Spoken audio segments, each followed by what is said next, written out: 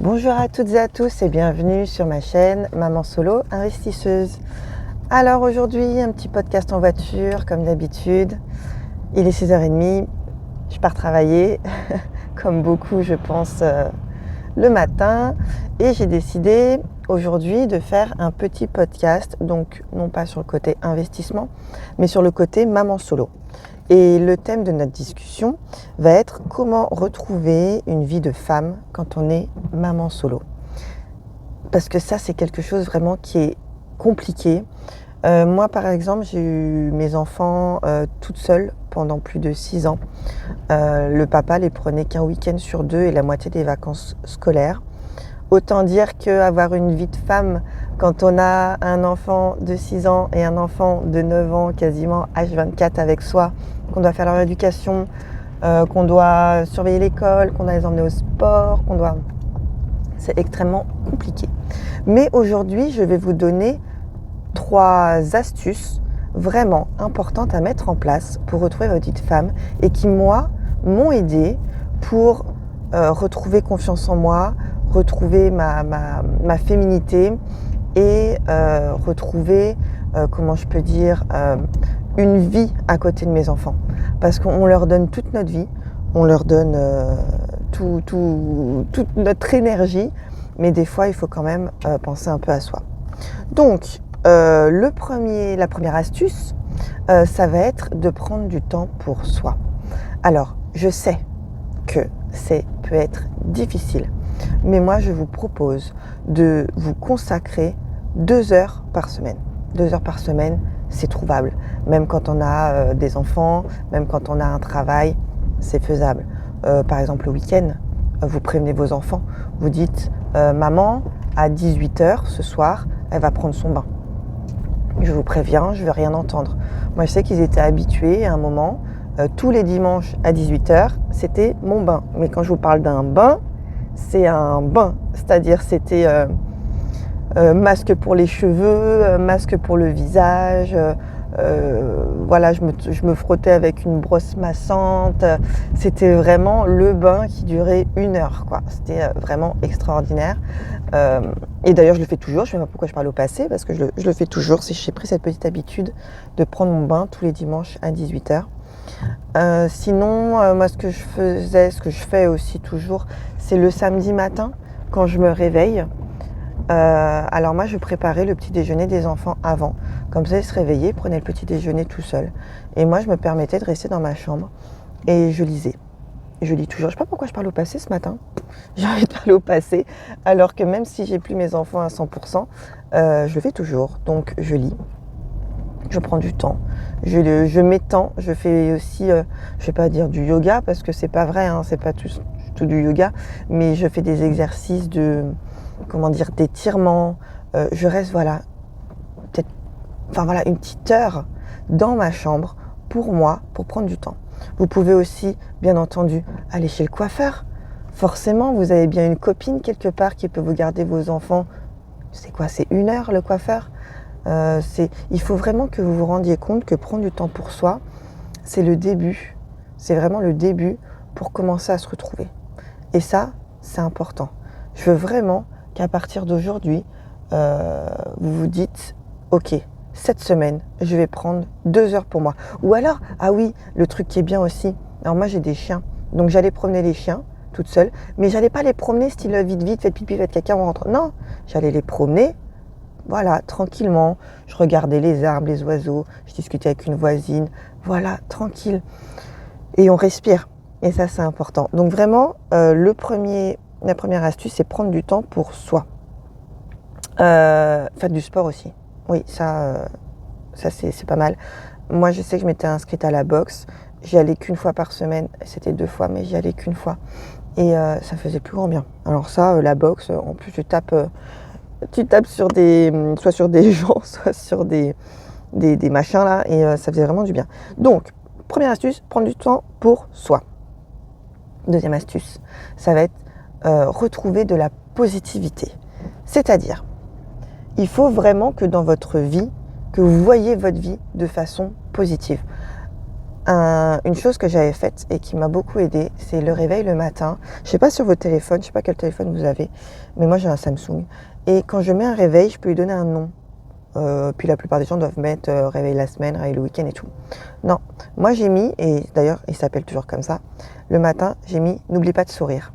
Et quand mon réveil sonne, ça s'affiche en gros sur mon téléphone, n'oublie pas de sourire. Et les premiers jours, je me suis forcée, alors au début on se force un peu et après ça devient une habitude. Je me suis forcée quand je voyais cette phrase à faire un sourire. Et quand vous faites un sourire, dans votre corps, il y a des endorphines qui se déclenchent et ça fait du bien. Et ce que je vous propose, c'est plusieurs fois par jour de vous forcer à sourire. Vous pouvez aussi faire des compliments aux gens, à vos collègues. Oh, j'adore ta jupe, t'es bien habillée, t'es bien maquillée. Vraiment retrouver de la positivité dans tout ce que vous faites. Quand vous allez à la boulangerie, quand vous allez, je sais pas, souriez, parlez aux gens. Je suis quelqu'un moi qui papote beaucoup, donc j'avais repris le goût de parler aux gens. Et ça vraiment, plus vous allez le faire, plus votre corps va le ressentir, va déclencher ces hormones, ces endorphines et vous allez vous sentir bien. Et si vous vous sentez bien, votre féminité va revenir.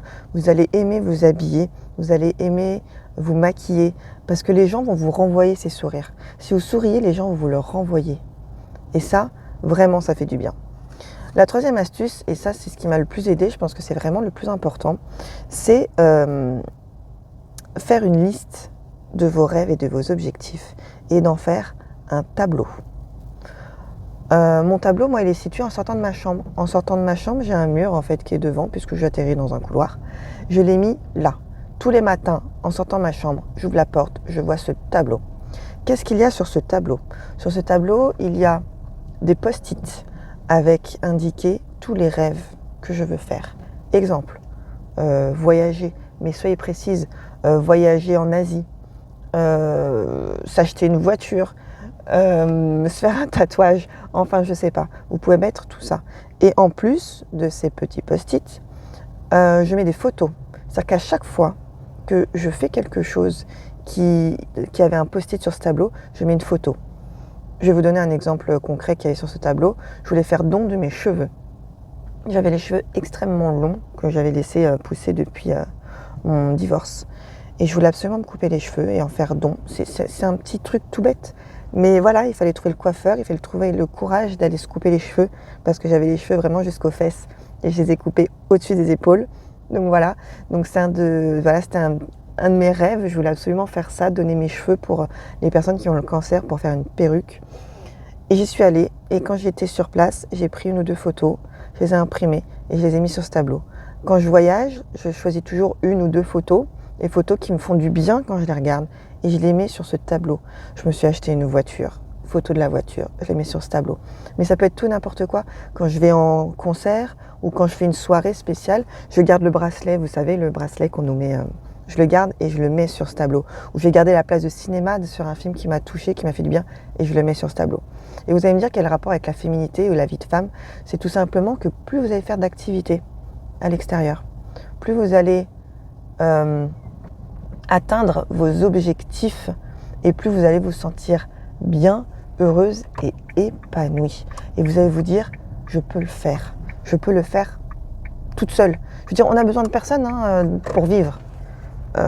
Et là, vous allez pouvoir vous dire, je l'ai fait toute seule et mes objectifs avancent. Il y aura de moins en moins de post-it, il y aura de plus en plus de photos et ça va vous faire un bien fou.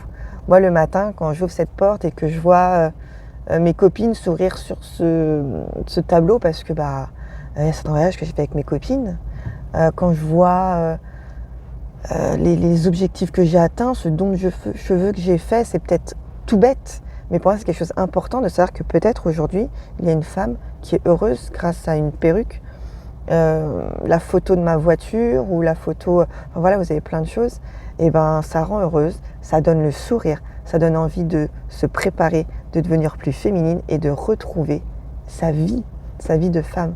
Parce que vos enfants, ils vont grandir. Aujourd'hui, mes enfants sont adolescents et je me suis aperçue que eux, ils font leur vie en fait. Ils vous attendent pas.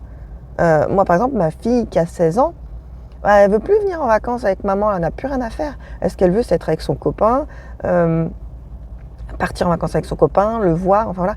Au bout d'un moment, vous allez vous rendre compte que eux, ils font leur vie. Donc vous devez commencer à faire la vôtre et vous devez commencer à faire des choses de votre côté. Voilà. J'espère que ce petit podcast vous a aidé. Moi, j'arrive au travail. Enfin, pas tout à fait, c'est tout bouché ce matin, mais bon, je vais pas tarder à y arriver. J'espère que ce podcast vous a fait du bien. J'espère que vous allez mettre des choses en place dès demain, vraiment, pour retrouver votre vie et vous faire du bien. C'est important. Sachez que quand on est seul, au final, on fait beaucoup plus de choses que quand on est en couple. Parce que des fois, notre conjoint nous freine, notre conjoint n'est pas positif, n'est pas dans l'action. On est un peu obligé de le traîner, on est obligé de le pousser. Et ça nous prend de l'énergie. Alors que quand on fait les choses seul, on n'est pas obligé de se traîner, de se pousser soi-même. On a notre propre énergie. Donc, allez-y, foncez, commencez à faire votre liste, commencez à mettre votre petit réveil avec une phrase positive dessus. Commencez à prendre rendez-vous chez le coiffeur, à vous inscrire au sport. Vraiment, commencez. Et n'oubliez pas qu'aujourd'hui est le premier jour du reste de votre vie. À bientôt.